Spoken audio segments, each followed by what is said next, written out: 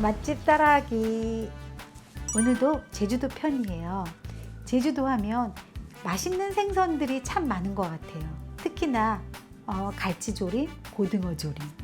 그 중에 되게 유명한 만나식당을 다녀왔거든요. 제가 만나식당의 맛있는 생선조림을 따라해 볼게요.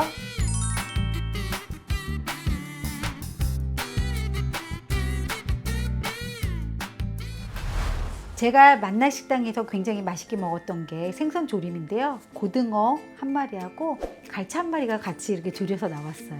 굉장히 맛있었거든요. 저도 갈치랑 고등어를 똑같이 준비했고요. 그리고 재료를 이렇게 보시면 무는 큼지막하게 납작 썰어서 사이사이에 집어 넣어 줄 거예요. 그래서 무부터 한번 썰어 볼게요. 무는 한 3cm 간격으로 이렇게 두툼하게 이렇게 납작하게 썰어서 준비해 주세요. 그리고 이건 고추예요. 청고추인데 매운 걸 좋아하시는 분은 청양고추를 넣으세요. 우리는 고춧가루 자체가 매우니까 저는 이거를 그냥 풋고추를 색깔 내기 위해서 집어 넣을게요. 고추를 넣을 때는 꼭지를 따지 마시고요. 그대로 반 갈라서 이렇게 준비해 줄게요. 그리고 오늘 중요한 생선은 손질해 볼 건데요. 갈치는 이렇게 손질된 걸 샀어요. 이렇게 적당하게 토막도 예쁘게 잘라서 그냥 그대로 가지고 왔고요. 고등어는 이렇게 통으로 한 마리를 샀거든요. 이거는 가로로 포 떠서 집어넣어도 되는데 저는 이거를 토막토막 잘라서 먹음직스럽게 한번 넣어볼게요. 고등어는 이렇게 어슷 썰어서 이렇게 큼지막하게 토막을 냈어요. 이렇게 재료 준비 끝! 정말 간단하죠? 제가 이것을 가지고 만나식당처럼 먹음직스럽게 맛있게 끓여볼게요. 이제 조리를 시작해 볼까요? 생선이랑 같이 들어갔을 때 무는 익는데 시간이 많이 걸리거든요. 그래서 같이 넣으면 생선살이 다 풀어져요. 얘가 익을 때까지 기다리려면. 그래서 저는 물을 먼저 넣을 거예요.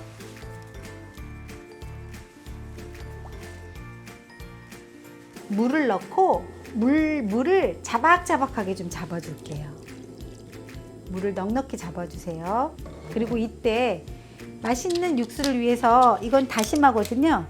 다시마도 같이 넣고 발을 한번 끓여줄게요. 그리고 나중에 다시마는 건져낼 거예요.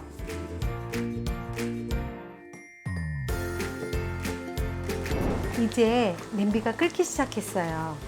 이럴 때 다시마를 일단 빼주시고요. 무는 한참 더 익어야 되는데요. 이때 양념을 한번 넣어 볼게요. 이거는 진간장이에요. 진간장을 한번 넣어 볼게요. 적당히 넣어 주시고요. 나중에 또 간을 다시 한번 볼 거예요. 설탕도 적당히 한번 넣어 주시고, 그리고 마늘도 이렇게 수북히 한 수저 넣을게요. 그리고 고춧가루는 색깔을 봐가면서 넣을 거고요. 고춧가루에 따라서도 색깔이 빨갛게 일어나는 게 있고 덜 빨간 게 있어요. 그래서 이거는 적당히 보시면서 색깔로 조절하시면 되세요. 고춧가루. 그리고 이건 다시다인데요.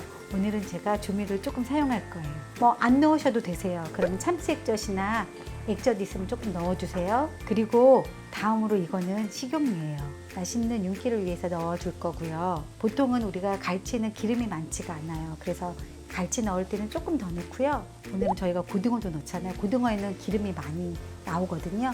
그래서 그때는 조금만 넣어주셔도 좋을 것 같아요.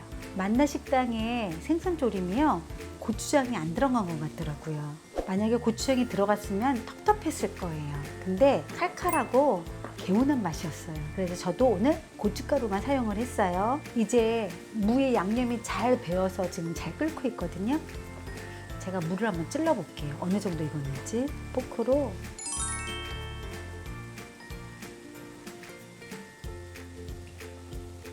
제가 오늘 두 가지 생선을 쓸 거잖아요.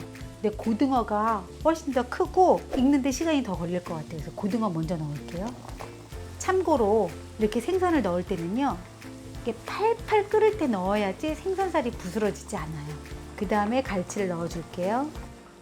지금 보시면 생선이 이렇게 국물에 살짝 잠겼지요? 맨 처음엔 이렇게 물량을 이렇게 잡아주셔야 돼요. 지금 잠기지 않는 위에 그래도 양념을 끼얹으면서 이렇게 끓여주면 좋아요. 그리고 국물이 절반으로 졸을 때까지 푹 끓여줄게요. 이때 불 조절을 잘 하셔야 되는데 센 불이에요, 센 불.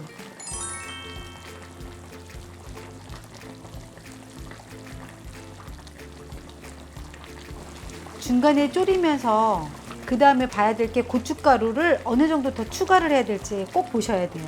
지금 조금 더 추가해서 색깔을 좀 만들게요. 짠맛, 단맛은 조금 더 졸은 다음에 그때 간을 볼 거고요. 지금 색깔만.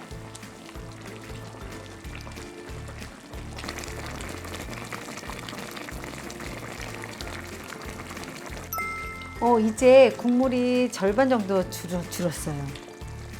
이제 이때 간을 볼게요.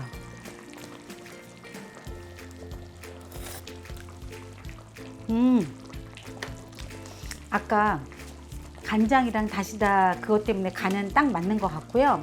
저는 설탕이 조금 더 들어갔으면 좋겠어요. 설탕을 조금만 더 넣어 볼게요. 한쪽 국물에서 이렇게 중간에 양념을 넣을 때는요, 한쪽 국물에서 이렇게 충분히 풀어서요, 한쪽에서 양념을 녹인 다음에 이렇게 풀어서 골고루 섞이도록.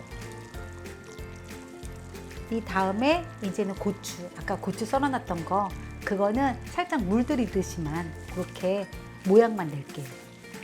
국물에다가 충분히 빠뜨려서 얘들만 따로 익혀주세요.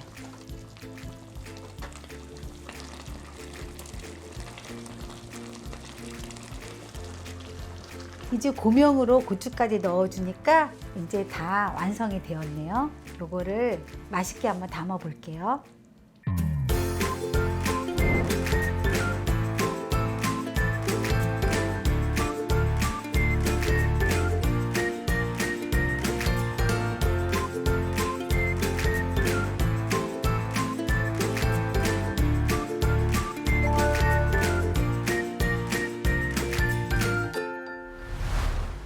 와, 완성이 되었네요.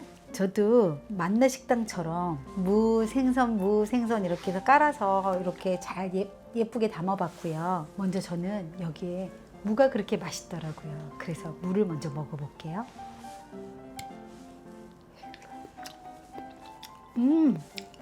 여기 들어간 무는 왜 이렇게 맛있을까요? 겨울무가 맛있잖아요. 겨울무로 했더니 더 맛있는 것 같아요. 다음으로 고등어 먹어볼게요.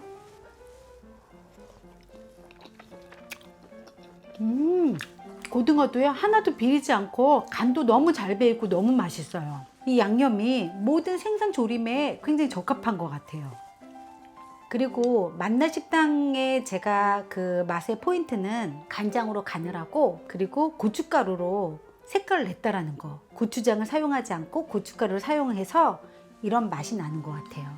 여러분들도 가정에서 이렇게 저처럼 이렇게 한번 따라해 보세요.